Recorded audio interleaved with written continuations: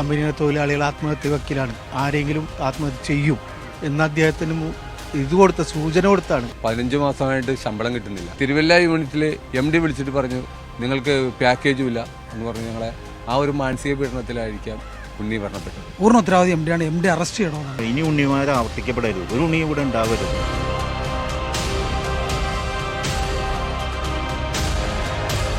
ആത്മഹത്യയുടെ കാരണം എന്താണെന്ന് ഇപ്പോൾ നമുക്ക് ആർക്കും ഇപ്പോൾ പറയാൻ കഴിയില്ല. അത് അവരുടെ കുടുംബവുമായി ബന്ധപ്പെട്ട് നിങ്ങൾ വീട്ടിൽ പോയാലും നമുക്കറിയാൻ കഴിയില്ല എൻ്റെ സാഹചര്യം എന്താണ്.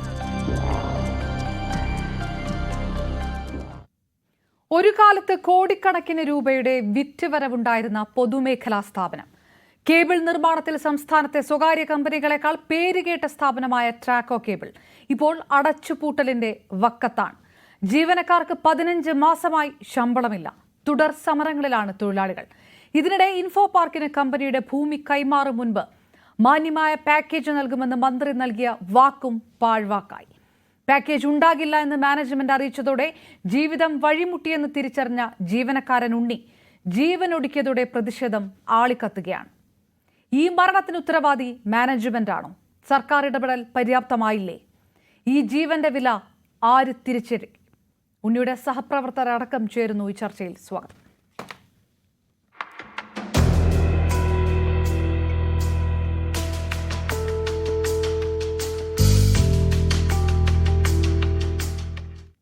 ടാക്കോ കേബിൾ എംപ്ലോയീസ് അസോസിയേഷന്റെ ഭാരവാഹി TJ വിജു നമുക്കൊപ്പം ചേരുന്നു. ഒപ്പം സാമൂഹ്യ നിരീക്ഷകൻ MK ഹരിദാസ്, സാമൂഹ്യ പ്രവർത്തകരായ ബെന്നി ജനപക്ഷവും രാജു വാഴക്കാലയും നമുക്കൊപ്പം ചേരുന്നു. ആദ്യം ശ്രീ TJ വിജു, ടാക്കോ കേബിളിന്റെ മാനേജ്മെന്റാണ് ഉണ്ണിയുടെ ആത്മഹത്യക്ക് കാരണമെന്ന് കുടുംബം പ്രതികരിച്ച ഒരു സാഹചര്യമുണ്ട്. അതുതന്നെയാണ് നിങ്ങളും ആവർത്തിക്കുന്നത്. അതായത് 15 മാസമായി ശമ്പളമില്ല, ഇനിയൊരു പാക്കേജ് ഉള്ള ഒരു പ്രതീക്ഷ ഉണ്ടായിരുന്നു, അതുണ്ടാവുകയില്ല എന്ന് മാനേജ്മെന്റ് ഒരു തീരുമാനമെടുത്തു, അത് അറിയിച്ചു. ആ ഒറ്റ കാരണം തന്നെയാണ് ഈ ആത്മഹത്യയിലേക്ക് എത്തിച്ചത്. അങ്ങനെ തന്നെയാണ് അസോസിയേഷന്റെ നിലപാടും, അല്ലേ?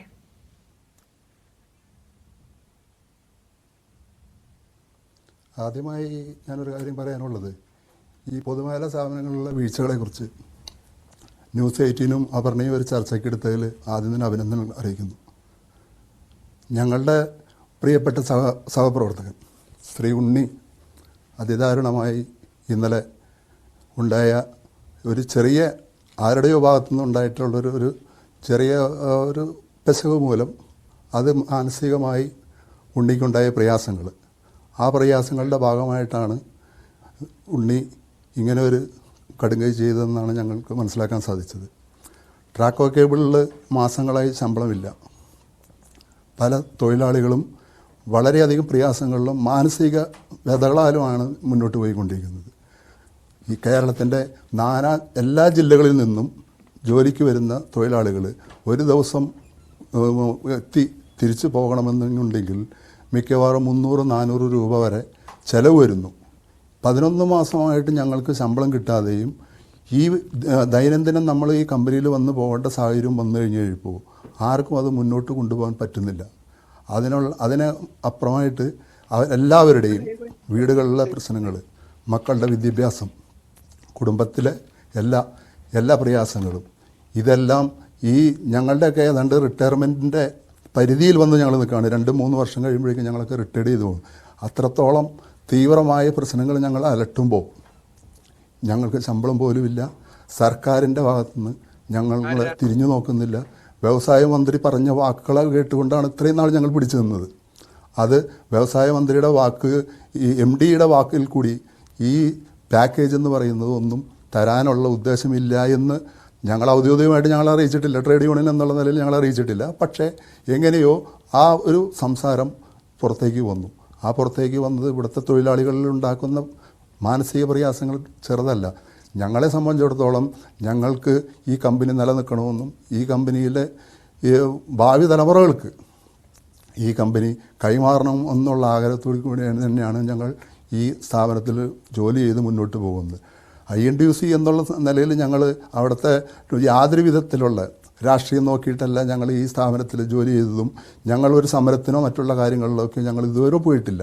ഈ സ്ഥാപനത്തിൻ്റെ മാനേജ്മെൻറ്റ് മാനേജ്മെൻറ്റിൻ്റെ പിടിപ്പുകേടും അതിന് വേണ്ട നിർദ്ദേശങ്ങൾ സമയാസമയത്തിന് നൽകാത്ത വ്യവസായ വകുപ്പാണ് ഇന്ന് ഈ കമ്പനിയെ ഈ അവസ്ഥയിലേക്ക് എത്തിച്ചതിൻ്റെ പ്രധാന കാരണങ്ങളെന്നാണ് ഞങ്ങൾക്ക് മനസ്സിലാക്കാൻ സാധിച്ചത്.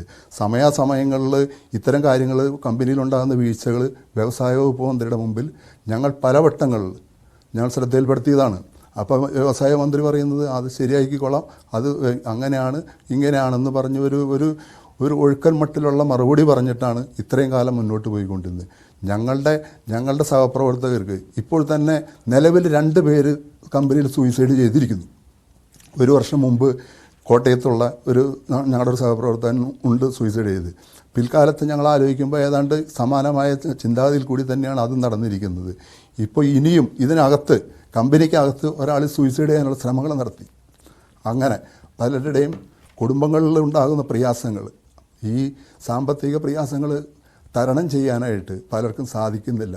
ആ ഒരു മാനസിക പ്രയാസങ്ങൾ വെച്ചിട്ടാണ് എല്ലാ ദിവസവും ഈ ജോലിയെന്നും പറഞ്ഞുകൊണ്ട് ഈ കമ്പനിയിലേക്ക് ആളുകൾ വരുന്നത്.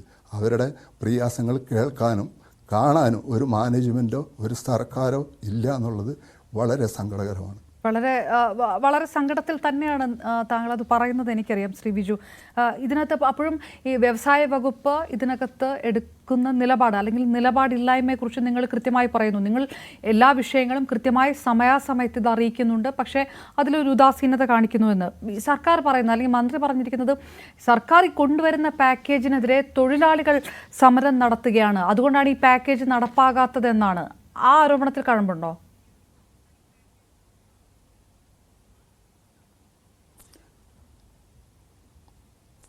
തൊഴിലാളികൾ പാക്കേജിനെ കുറിച്ച് ഒരു വിധത്തിലും എതിർത്തിട്ടില്ല.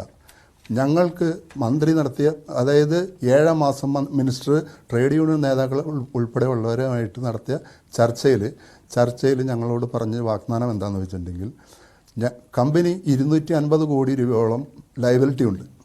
ഈ ലയബിലിറ്റി പരിഹരിക്കാനായിട്ട് സർക്കാരിനെ കൊണ്ട് സാധിക്കില്ല. കമ്പനിയുടെ ഇരുമ്പനത്തെ യൂണിറ്റ് അത് മുന്നോട്ട് കൊണ്ടുപോകാൻ ഞങ്ങളെയും കൊണ്ട് സാധിക്കില്ല എന്ന് ഓപ്പണായിട്ട് പറഞ്ഞപ്പോൾ, ആ മീറ്റിങ്ങിൽ പറഞ്ഞതിന് ശേഷം നിങ്ങൾ തന്നെ ഇതിനെന്തെങ്കിലും ഒരു പരിഹാരം പറയുമെന്ന് പറഞ്ഞു. അപ്പോൾ ആ മീറ്റിങ്ങിനകത്തുണ്ടായിരുന്ന ട്രേഡ് യൂണിയൻ നേതാക്കളായിട്ടുള്ള ഞങ്ങളുടെ എല്ലാ ആളുകളും ഒരു നിർദ്ദേശം വെച്ചെന്ന് വെച്ചിട്ടുണ്ടെങ്കിൽ, ഞങ്ങൾക്ക് ഈ കമ്പനിയുടെ ഇപ്പം നിലവിലുള്ള പ്ലാന്റ്, ആ പ്ലാന്റ് ഏരിയ കഴിച്ചിട്ട് കുറച്ച് സ്ഥലം ഫ്രീ ലാൻഡായിട്ട് കിടപ്പുണ്ട്.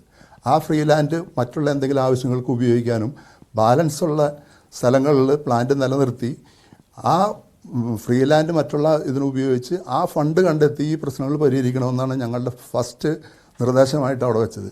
അപ്പോൾ അതിനകത്ത് മന്ത്രിയുടെ ഭാഗത്തുനിന്നും MDയുടെ ഭാഗത്തുനിന്നും പറഞ്ഞതെന്താണെന്ന് വെച്ചിട്ടുണ്ടെങ്കിൽ, ഈ ലാൻഡ് മാത്രമായിട്ട്, അത് ഫ്രീ ലാൻഡ് മാത്രമായിട്ട് വരുന്നവർക്ക് പറ്റുന്നില്ല, അവർക്ക് കിട്ടുകയാണെങ്കിൽ മൊത്തം വേണം. മൊത്തമെന്ന് പറഞ്ഞിട്ടുണ്ടെങ്കിൽ ഏകദേശം 35.5 ഏക്കർ സ്ഥലമാണ് ഈ ട്രാക്കോ കേബിൾ ഇരുമ്പന യൂണിറ്റ് സ്ഥിതി ചെയ്യുന്നത്. ആ സ്ഥലത്തിൽ മൊത്തം കിട്ടിയാലാണ് അതിനൊരു വരുന്ന ആളുകൾക്ക് പറ്റുള്ളൂ എന്നുള്ള നിലയിൽ പറഞ്ഞു. അപ്പോഴും ഞങ്ങൾ പറഞ്ഞു, ഈ സ്ഥാപനം 64 തുടങ്ങിയതാണ്. ഈ 64 തുടങ്ങിയതിന് ശേഷം 2 തലമുറ ഇതിൽ ജോലി ചെയ്ത് മുന്നോട്ട് കടന്നിരിക്കുന്നു. ഇനിയുള്ള തലമുറകൾക്ക് ഈ സ്ഥാപനത്തിൽ ജോലി ചെയ്ത് മുന്നോട്ട് പോകാനുള്ള അവസരങ്ങൾ ഉണ്ടാക്കണം എന്ന് പറഞ്ഞു കഴിയുമ്പോഴും അതിൽ നിന്നൊന്നും മന്ത്രിയുടെ ഭാഗത്തുനിന്ന്, നമ്മുടെ വ്യവസായ വകുപ്പ് പി രാജീവ് മിനിസ്റ്ററിൻ്റെ ഭാഗത്തുനിന്ന് ഒരു തീരുമാനങ്ങളും അതിനെക്കുറിച്ചിട്ടൊന്നും പറയുന്നില്ല. പിന്നീട് അവിടെ നിന്ന് ചർച്ച വഴിമുട്ടി നിൽക്കുമ്പോഴാണ് ഞങ്ങൾ പറഞ്ഞത്, അങ്ങനെയാണെങ്കിൽ ഒരു മാർഗമില്ല എന്നുണ്ടെങ്കിൽ ഞങ്ങൾ ഇപ്പം നിലവിൽ 2-3 വർഷമാണ് സർവീസ് ഇനി പൂർത്തീകരിക്കാനുള്ള ആളുകളാണ് ഒരു 90% ഈ യൂണിറ്റിൽ വർക്ക് ചെയ്യുന്നത്. ബാലൻസ് ഉള്ള ആളുകൾക്ക് തിരുവല്ല യൂണിറ്റിലേക്ക് പോകാൻ പറ്റുന്ന ആളുകൾ പോകാനും, പിണറായി യൂണിറ്റിലേക്ക് പോകാൻ പറ്റുന്ന ആളുകൾക്ക് അങ്ങോട്ട് പോകാനും, ബാലൻസ് ഉള്ള ആളുകൾക്ക് ഒരു ന്യായമായ ഒരു പാക്കേജ് കൂടി തന്നാൽ ഞങ്ങൾ ഇതിൽ നിന്നും മറ്റുള്ള കാര്യങ്ങളിലേക്ക് ആലോചിക്കാം എന്ന് പറഞ്ഞതിൻ്റെ ഭാഗമായിട്ട് മിനിസ്റ്റർ പറഞ്ഞു, ശരി അങ്ങനെയാണെന്നുണ്ടെങ്കിൽ നമുക്ക് പാക്കേജുമായിട്ട് മുന്നോട്ട് പോകാം. നിങ്ങൾക്ക് വേണ്ടിയിട്ട് അന്ന് ഞങ്ങൾക്ക് തന്ന ഉറപ്പ് എന്ന് പറഞ്ഞിട്ടുണ്ടെങ്കിൽ, തൊഴിലാളികളെ വഞ്ചിച്ചുകൊണ്ട് ഒരു പാക്കേജ് നടപ്പിലാക്കില്ല എന്നുള്ളൊരു ഉറപ്പാണ് അന്ന് മന്ത്രി ആ മീറ്റിങ്ങിൽ പറഞ്ഞത്. ആ മീറ്റിങ്ങിൽ തന്നെ പറഞ്ഞതിൻ്റെ ഒരു കാര്യം എന്ന് വെച്ചിട്ടുണ്ടെങ്കിൽ, പാക്കേജിന് വേണ്ടിയിട്ട് BTP എന്ന് പറഞ്ഞ ഒരു ഏജൻസിയെയും ഞങ്ങളുടെ MDയെയും ചുമതലപ്പെടുത്തി പാക്കേജ് എന്തൊക്കെയാണെന്നുള്ളതിൻ്റെ ഒരു ഡ്രാഫ്റ്റ് ഉണ്ടാക്കി, ആ ഡ്രാഫ്റ്റ് ട്രേഡ് യൂണിയനുമായിട്ട് സംസാരിച്ച് അത് ഞങ്ങളെ ബോധ്യപ്പെടുത്തി ഞങ്ങൾ വില്ലിംഗ് ആണെങ്കിൽ മാത്രമാണ് ഈ പാക്കേജ് നടപ്പിലാക്കാമെന്നാണ് അന്ന് MD തന്ന ഉറപ്പ്. അതിനെയാണ് ഞങ്ങൾ വെയിറ്റ് ചെയ്തുകൊണ്ടിരുന്നത്. ആ വെയിറ്റ് ചെയ്തുകൊണ്ടിരിക്കുമ്പോഴും പിന്നീട് കേൾക്കുന്നത് എന്താണെന്ന് വെച്ചിട്ടുണ്ടെങ്കിൽ ദ്രുതഗതിയിൽ ഞങ്ങളുടെ പാക്കേജിനെ കുറിച്ച് മാത്രം ഒരു ചർച്ചയില്ല. കമ്പനിയുടെ ലാൻഡ് ഹാൻഡ് ഓവർ ചെയ്യുന്നതും ലാൻഡ് മറ്റുള്ള ആളുകൾക്ക് കൊടുക്കുന്നതിനെക്കുറിച്ച് മാത്രമാണ് ചർച്ചകൾ മുന്നോട്ട് പോകുന്നുള്ളൂ. അപ്പോഴും ഞങ്ങൾ MDനെ കണ്ട് ചോദിക്കുന്നു. അപ്പോൾ പറഞ്ഞു അതൊക്കെ നമുക്ക് ശരിയാക്കാം, നമുക്ക് നോക്കാം എന്ന് പറഞ്ഞ് പോകുന്നതല്ലാണ്ട് ലാൻഡിൻ്റെ പ്രശ്നമല്ലാതെ പാക്കേജിനെ കുറിച്ചൊന്നും പറയാത്ത സാഹചര്യത്തിലാണ് തൊഴിലാളികൾ ഞങ്ങളുടെ ശമ്പളം ഇപ്പോൾ 11 മാസം, നാളെ 12 മാസം ശമ്പളം, ഈ ശമ്പളം കിട്ടണമെന്ന് പറഞ്ഞുകൊണ്ട് ബഹുമാനപ്പെട്ട ഹൈക്കോടതിയെ സമീപിച്ചിട്ടുണ്ട്. അല്ലാതെ ഞങ്ങൾ ഈ പാക്കേജ് വേണ്ടെന്നും പറഞ്ഞുകൊണ്ട് ഞങ്ങൾ ഒരു രീതിയിലും ഞങ്ങൾ നീങ്ങിയിട്ടില്ല. പക്ഷേ പാക്കേജ് അപ്പോഴും ഞങ്ങൾക്ക് മാന്യമായ ഒരു പാക്കേജ് കിട്ടുകയാണെങ്കിൽ ഞങ്ങൾ അതിന് തയ്യാറാണെന്ന് തന്നെയാണ് ഞങ്ങൾ പറയുന്നത്. യെസ്, ഞാൻ തിരികെ എത്താം. ശ്രീ MK ഹരിദാസ്, തൊഴിലാളികളെ വഞ്ചിച്ച് വാഗ്ദാനം നൽകി അത് പാഴ്വാക്കായി അത് വഞ്ചിച്ച് ഇനി എങ്ങനെ ജീവിക്കും, എവിടെ നിന്ന് ഈ പണം കണ്ടെത്തും, എങ്ങനെ കുടുംബത്തെ നോക്കും എന്നൊന്നും അറിയാതെ എല്ലാവരും ആശങ്കപ്പെട്ടിരിക്കുന്ന സമയത്ത് മകളുടെ വിവാഹം നടത്താൻ ഒരു പക്ഷേ ആ പണമായിരിക്കും കരുതി വെച്ചിട്ടുണ്ടാവുക, അല്ലെങ്കിൽ കണക്ക് കൂട്ടി വെച്ചിട്ടുണ്ടാവുക. അതിനും വഴിയില്ല എന്ന് കാണുമ്പോൾ ഒരു ജീവനക്കാരൻ മരിക്കുന്നു. ഇത് ആദ്യത്തെ ആത്മഹത്യയുമല്ല ഈ കമ്പനിയിൽ നടക്കുന്നത്. വഞ്ചിച്ചത് മാനേജ്മെൻ്റ് ആണോ, വ്യവസായ വകുപ്പാണോ, മന്ത്രിയാണോ, അതോ ഈ രണ്ടുപേരും കൂടെ ചേർന്നാണോ?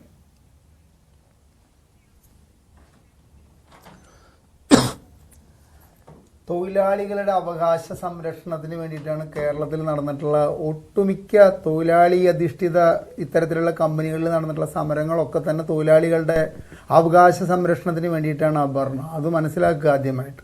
അപ്പം അത്തരത്തിലുള്ള സമരങ്ങൾക്കെല്ലാം തന്നെ ഒത്താശ ചെയ്തിട്ടുള്ള ഒരു പാർട്ടിയാണ് ഈ ഇടതുപക്ഷ ജനാധിപത്യ മുന്നണി സർക്കാരിൻ്റെ ഇപ്പോൾ ഭരിക്കുന്ന പ്രധാന പാർട്ടി CPM എന്ന് പറയുന്ന പാർട്ടി.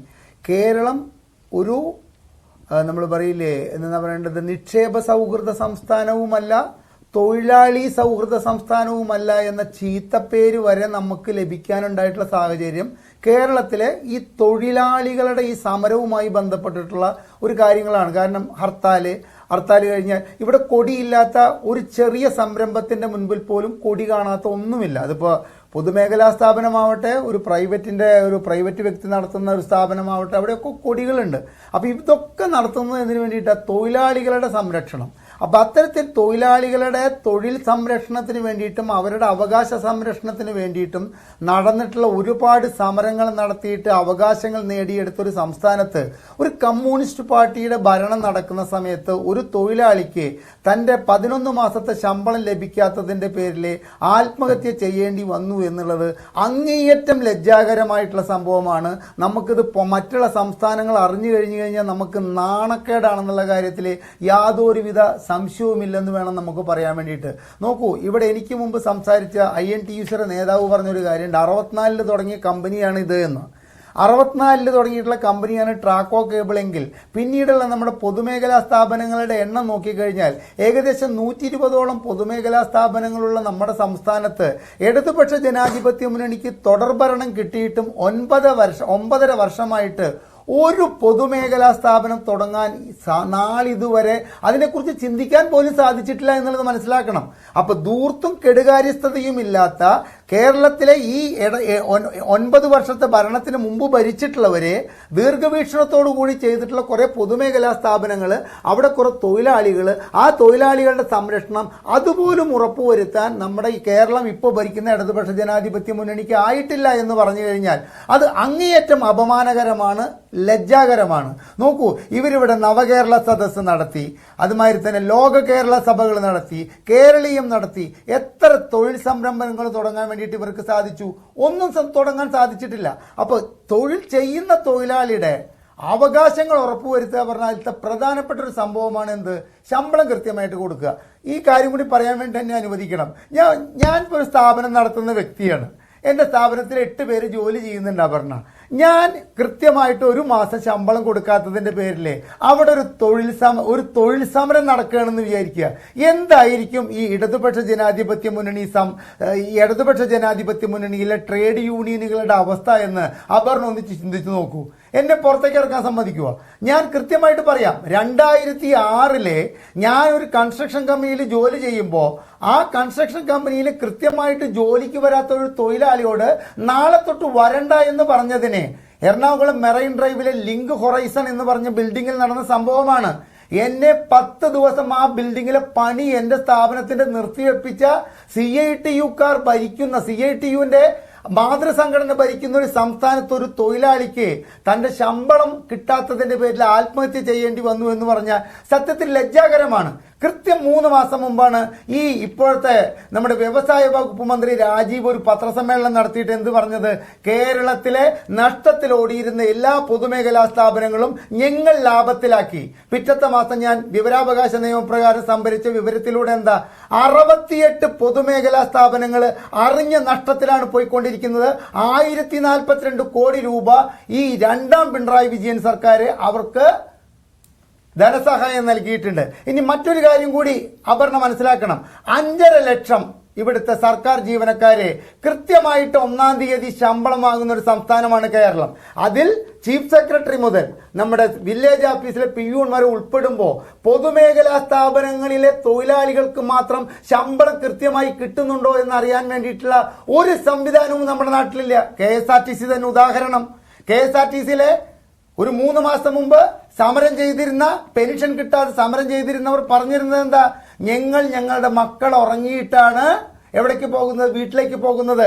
കാലത്ത് പോരുമ്പോൾ നോട്ട്ബുക്ക് കൊണ്ടുവരൂ, പെൻസിൽ കൊണ്ടുവരൂ എന്നൊക്കെ പറയുന്ന കുട്ടികളുടെ കരച്ചില് വൈകുന്നേരം കേൾക്കാൻ വയ്യാത്ത കാരണം കൊണ്ട് അവർ ഉറങ്ങിയതിനു ശേഷം ഞങ്ങൾക്ക് വീട്ടിലേക്ക് ചെല്ലാൻ സാധിക്കുന്നുള്ളൂ. അപ്പോ ഇത് പിടിപ്പുകേടാണ്. ഇത് നിങ്ങൾ എന്നോട് ചോദിച്ച ചോദ്യം ഇത് MD-യുടെ കുറ്റമാണോ? ആരുടെ കുറ്റമായാലും ഒരു വ്യവസായ വകുപ്പിന്റെ കീഴിൽ പ്രവർത്തിക്കുന്ന ഒരു സ്ഥാപനത്തിൽ ഒരു തൊഴിലാളി ശമ്പളം കിട്ടാതെ ആത്മഹത്യ ചെയ്യേണ്ട ഗതികേട് വന്നുവെങ്കിൽ അത് ഭരിക്കുന്ന സർക്കാരിന്റെ പിടിപ്പുകേടാണ്. ഒറ്റപ്പെട്ട സംഭവമായിട്ട് ഇത്തരം കാര്യങ്ങളെ ചിത്രീകരിക്കുന്നവർ ഒരു കാര്യം മനസ്സിലാക്കുക. നവീൻ ബാബുവിന്റെ മരണം ഒറ്റപ്പെട്ട സംഭവമാകുമ്പോൾ അനാഥമാകുന്നത് നവീൻ ബാബുവിന്റെ 2 പെൺമക്കളും ഒരു ഭാര്യയുമായിരുന്നു. അതുപോലെ തന്നെ ഇന്ന് ഉണ്ണിയുടെ മരണത്തോട് കൂടിയിട്ട് അനാഥമാകുന്നത് മറ്റൊരു കുടുംബമാണ്. അപ്പൊ ഇത്തരം ഒറ്റപ്പെട്ട സംഭവങ്ങളിലൂടെ അനാഥമാകുന്ന കുടുംബങ്ങളെ ഓർത്തെങ്കിലും ഈ ഒരു തൊഴിലാളിക്ക് ഞാൻ തിരികെത്താം. ശ്രീ രാജു വാഴക്കാല, ഇതെല്ലാം ഈ കണക്കുകൾ നിരത്തി അസോസിയേഷൻ ഭാരവാഹി പറയുന്നുണ്ട്, ഉണ്ണിയുടെ സഹപ്രവർത്തകൻ. മന്ത്രി പറഞ്ഞത് ഇത് ആത്മഹത്യയാണ്, ദുഃഖകരമാണ്, കാരണം എന്താണെന്ന് അറിയില്ല, അദ്ദേഹത്തിൻ്റെ വീട്ടിൽ പോയാലും അറിയാൻ കഴിയുകയില്ല എന്ന് പറയുന്നു. അസോസിയേഷൻ്റെ വലിയ പ്രതിഷേധം നടക്കുന്നു, സഹപ്രവർത്തകരുടെ പ്രതിഷേധം നടക്കുന്നു. മാനേജ്മെൻറ്റാണ് കാരണമെന്ന് കുടുംബം പറയുന്നു, MD അറസ്റ്റ് ചെയ്യണമെന്ന് പറയുന്നു. അപ്പോഴും ഇത് അറിയില്ല, ആത്മഹത്യ ദുഃഖകരമാണ് എന്നൊരു വാക്ക് പറയുന്നിടത്ത് തീർന്നോ ഇതെല്ലാം?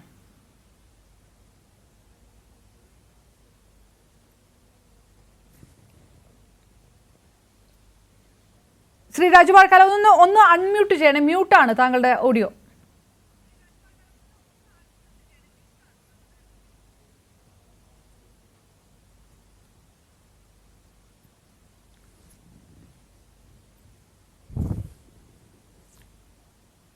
കേൾക്കാം, പറഞ്ഞോളൂ ശ്രീ.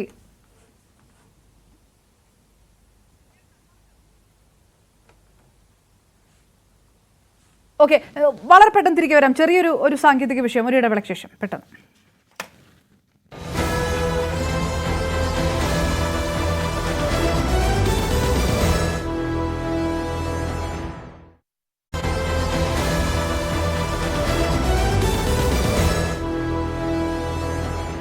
ചർച്ച തുടരുമ്പോൾ ശ്രീ രാജു വാഴക്കാലയിലേക്കാണ് പോകേണ്ടത്. ചെറിയൊരു സാങ്കേതിക പ്രശ്നം, വളരെ പെട്ടെന്ന് PCR അത് പരിഹരിക്കും എന്നാണ് എൻ്റെ പ്രതീക്ഷ. ഞാൻ അദ്ദേഹത്തിലേക്ക് എത്തുന്നതിന് മുൻപ് ശ്രീ ബെന്നി ജനപക്ഷം നമുക്കൊപ്പം ചേരുമ്പോൾ, ശ്രീ ബെന്നി, പൊതുമേഖലാ സ്ഥാപനങ്ങളെ സംരക്ഷിച്ച് ശക്തിപ്പെടുത്തുക എന്നുള്ളൊരു സർക്കാരിൻ്റെ നയം പൂർണ്ണമായി പാളുന്നത് മാത്രമല്ല, കൃത്യമായി തൊഴിലാളികളോട് വഞ്ചന കാണിച്ചിരിക്കുന്നു.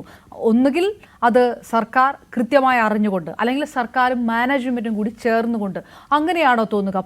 ഒരു പൊതുമേഖലാ സ്ഥാപനം ഈ തരത്തിൽ ഇല്ലാതായി പോകുക എന്നത് മാത്രമല്ല, ഒന്നിലേറെ ആത്മഹത്യാ ശ്രമം വേറെ, അങ്ങനെ ഒരു ജീവനും ഒരു വിലയുമില്ല എന്നൊരു നിലപാടിലേക്ക് എങ്ങനെ ഒരു വകുപ്പിന് കടക്കാൻ കഴിയുന്നു? എങ്ങനെ ഒരു മാനേജ്മെന്റിന് ഇത്ര സുഖമായി തീരുമാനങ്ങൾ എടുക്കാൻ കഴിയുന്നു?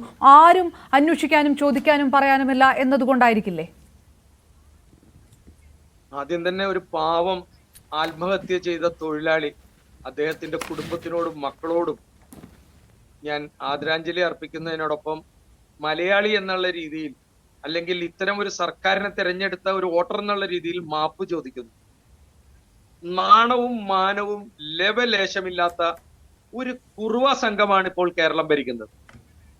ഈ മരണം മാത്രമല്ല, ഏതെങ്കിലും ഒരു നല്ല വാർത്ത ന്യൂസ് 18 അഴിമതിയില്ലാതെ, കക്കാതെ, തൊഴിലാളികളെ പറ്റിക്കാതെ, ഈ പറയണ ഈ ക്യാപ്സ്യൂളുകളും രാഷ്ട്രീയ തള്ളുകളുമല്ലാതെ കേരളത്തിൽ ഒരു നല്ല വാർത്ത പറഞ്ഞാൽ അഴിമതി കൂടാതെ എന്തെങ്കിലും ഒരു ബസ് സ്റ്റോപ്പോ ആശുപത്രിയോ പാലമോ റോഡോ ഫാക്ടറിയോ എന്ത് കുന്തെങ്കിലും ആവട്ടെ, ഒരെണ്ണം നടത്തി ഞാൻ 1 ലക്ഷം രൂപ സമ്മാനം തരും. സർക്കാർ കൊടുക്കണ പോലെ സമ്മാനം ഇല്ലാത്ത സമ്മാനമല്ല, 1 ലക്ഷം രൂപ.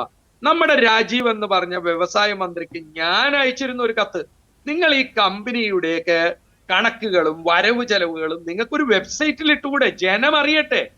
ട്രേഡ് യൂണിയൻ ഗുണ്ടായിസത്തിലൂടെയും ട്രേഡ് യൂണിയൻ അഴിമതിയിലൂടെയും നമ്മുടെ നാട് കൊള്ളയടിക്കുന്ന പൊതുമേഖലാ സ്ഥാപനങ്ങൾ, ട്രേഡ് യൂണിയൻ വിളയാട്ടങ്ങൾ നടത്തുന്ന, ഇതിനെതിരെ ശക്തിയായി പ്രതികരിക്കാൻ അണികൾക്ക് സാധിക്കുന്നില്ല, പ്രതിപക്ഷത്തിന് സാധിക്കുന്നില്ല, കമ്മ്യൂണിസ്റ്റ് പാർട്ടിയുടെ ഉള്ളിലുള്ളവർക്ക് സാധിക്കുന്നില്ല. അതുകൊണ്ടാണ് ഞാൻ ആദ്യം ഉപയോഗിച്ച വാക്ക് കുറുവ സംഘം ഭരിക്കുന്ന, കൊള്ള സംഘം ഭരിക്കുന്ന ഒരു സർക്കാരാണ് നമ്മുടെ നാട്ടിൽ. 12 മാസം, അതായത് നാളെ ആവുമ്പോൾ 1 വർഷം ശമ്പളം കിട്ടാത്ത ഒരു തൊഴിലാളി എങ്ങനെ ജീവിക്കുമെന്ന് ഈ ന്യൂസ് 18 ചർച്ച കാണുന്ന, അരിയാഹാരം കഴിക്കുന്ന എല്ലാ കുടുംബത്തിലെയും രാജ്യസ്നേഹിയും പാർട്ടി സ്നേഹിയും കമ്മ്യൂണിസ്റ്റ് പാർട്ടിയുടെ സ്നേഹികളോട്, അനുഭാവികളോട് ഞാൻ ചോദിക്കുകയാണ്, 1 വർഷം ശമ്പളമില്ലാതെ ഒരു പാവപ്പെട്ട തൊഴിലാളി എങ്ങനെ ഇവിടെ മുന്നോട്ട് ജീവിതം കൊണ്ടുപോകും? 1 മാസം കിട്ടിയില്ലെങ്കിൽ തന്നെ പലിശക്കാരായി, കുട്ടികളുടെ വിദ്യാഭ്യാസത്തിന്റെ ചെലവായി, ആശുപത്രി ചെലവായി, ഒരു കുടുംബത്തിന് എന്ത് ചെലവുണ്ട്? പക്ഷെ മന്ത്രിമാർക്ക് ഇത് വേദനിക്കില്ല. എന്റെ സുഹൃത്തു കൂടിയായ ചെറുപ്പക്കാരനായ രാജീവ് എന്ന തൊഴിൽ മന്ത്രിക്ക് ഈ വേദന അറിയില്ല.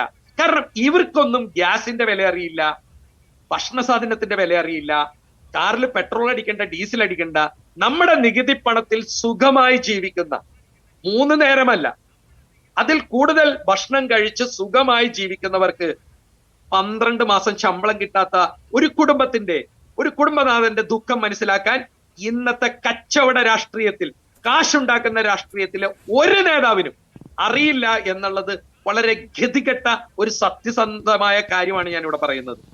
ഇവിടെ ട്രേഡ് യൂണിയൻ എന്ന് പറയണ നേതാക്കന്മാർ, അവർക്കും മെച്ചമുണ്ട്. പാവം തൊഴിലാളികളെ ഞെക്കിപ്പിഴിഞ്ഞുകൊണ്ട് എല്ലാ പൊതുമേഖലയിലും നടക്കുന്ന കൊള്ള. ഞാൻ ഇനി ഈ ട്രാക്കോ കമ്പനിയെ കുറിച്ച് ഒരു കാര്യം കൂടി പറയാം. ഇവർക്ക് ഈ കമ്പനി നന്നായിട്ട് കൊണ്ടുപോകണതിലൊന്നും അല്ല താല്പര്യം. ഇതൊക്കെ മറിച്ച് വിറ്റ് വല്ല റിയൽ എസ്റ്റേറ്റിനോ വേറെ വല്ല ബിനാമിക്കോ കൊടുത്ത് ഇടനിലക്കാരായി ഈ കമ്പനിയിൽ ശമ്പളം കിട്ടാണ്ട് ബുദ്ധിമുട്ടുന്ന തൊഴിലാളികൾക്ക് എന്തെങ്കിലും നക്കാപ്പിച്ചു കൊടുത്ത് ഒഴിവാക്കുമ്പോൾ ഇവിടുത്തെ MLA-മാരും മന്ത്രിമാരും MP-മാരും പ്രതിപക്ഷ നേതാവും നന്നാവുന്നത് നമ്മുടെ ഈ കണ്ണുകൊണ്ട് കാണുകയല്ലേ. കേരളത്തിലെ പെൻഷൻ തുക ഇത്രയധികം കട്ടുകൊണ്ടുപോയിട്ട് ഒരു പത്രസമ്മേളനം, ആ കോവിഡ് വന്ന സമയത്ത് എല്ലാ ദിവസവും 5 മണിക്ക് മുഖ്യമന്ത്രി കൃത്യം പൗഡർ ഇട്ട് വന്ന് അങ്ങോട്ട് തള്ളി മറിക്കുമായിരുന്നല്ലോ. 5 പേര് ഇറ്റലിയിൽ നിന്ന് വന്നു, 7 പേര് ദുബായിൽ നിന്ന് വന്നു. എന്തായിരുന്നു ആ ഒരു സാമർത്ഥ്യവും നമ്മളോടുള്ള സ്നേഹവും? ഇപ്പോൾ നിരവധി പേരാണ് സാമ്പത്തിക ബുദ്ധിമുട്ട് കൊണ്ട് കേരളത്തിൽ, ഈ ട്രാക്കോ മാത്രമല്ല നിരവധി പേർ ആത്മഹത്യ ചെയ്യുന്ന ഒരു സംസ്ഥാനത്ത് എന്തുകൊണ്ട് മുഖ്യമന്ത്രി ഒരു പത്രസമ്മേളനം നടത്താനുള്ള? ഇവര് കുറച്ച് ക്യാപ്സൂൾസിനെ ഇരുത്തി, പാർട്ടി അണികളെ കാശ് കൊടുത്തിരുത്തി, കുറച്ച് ഗുണ്ടകളെ കൊണ്ട് ഫേസ്ബുക്കിലും മറ്റു സ്ഥലത്തൊക്കെ ചെയ്യിച്ചുകൊണ്ട് ഈ പോയ ജീവൻ തിരിച്ചു കിട്ടുമോ? ട്രാക്കോ കമ്പനി മാത്രമല്ല, വിജിലൻസ് അന്വേഷിച്ചാലൊന്നും ഒരു ചുക്കും നടക്കില്ല. കാരണം ഇവിടുത്തെ പോലീസുകാർ എന്താ ചെയ്യണമെന്ന് കോടതിയൊക്കെ പറഞ്ഞു കഴിഞ്ഞു. ഒരു 90% പാർട്ടി പ്രവർത്തകരായിട്ടുള്ള പോലീസുകാർ, അല്ലെങ്കിൽ മുഖ്യമന്ത്രിയെ ആഭ്യന്തരമന്ത്രിയെ ഭയപ്പെട്ട് കൂലിപ്പണി ചെയ്യുന്ന പോലീസിന് ഒന്നും ചെയ്യാൻ പറ്റില്ലെന്ന് കോടതി പറഞ്ഞു കഴിഞ്ഞു. നിയമവാഴ്ച നഷ്ടപ്പെട്ട ഈ നാട്ടിൽ അപർണ, ന്യൂസ് 18 കാണുന്ന പ്രേക്ഷകരെ, നമ്മുടെ മക്കൾക്ക്, നമ്മുടെ തലമുറയ്ക്ക് ഇവിടെ എന്ത് പ്രതീക്ഷ തന്നെ ഈ തള്ളി മറിക്കലല്ലാണ്ട്, ഈ തള്ളി എത്താം. ശ്രീ ബെന്നി ജനപക്ഷം, ശ്രീ രാജു വാഴക്കാല, കേൾക്കാമോ താങ്കൾക്ക്?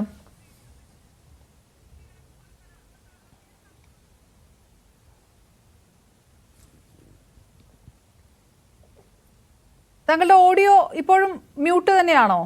ശ്രീ രാജു വാഴക്കാല, പറയണ്ടേ ഒരു ഞാൻ തിരികെ എത്താം. ശ്രീ ബെന്നി, ശ്രീ രാജു വാഴക്കാല ഒന്ന് സംസാരിച്ചാൽ.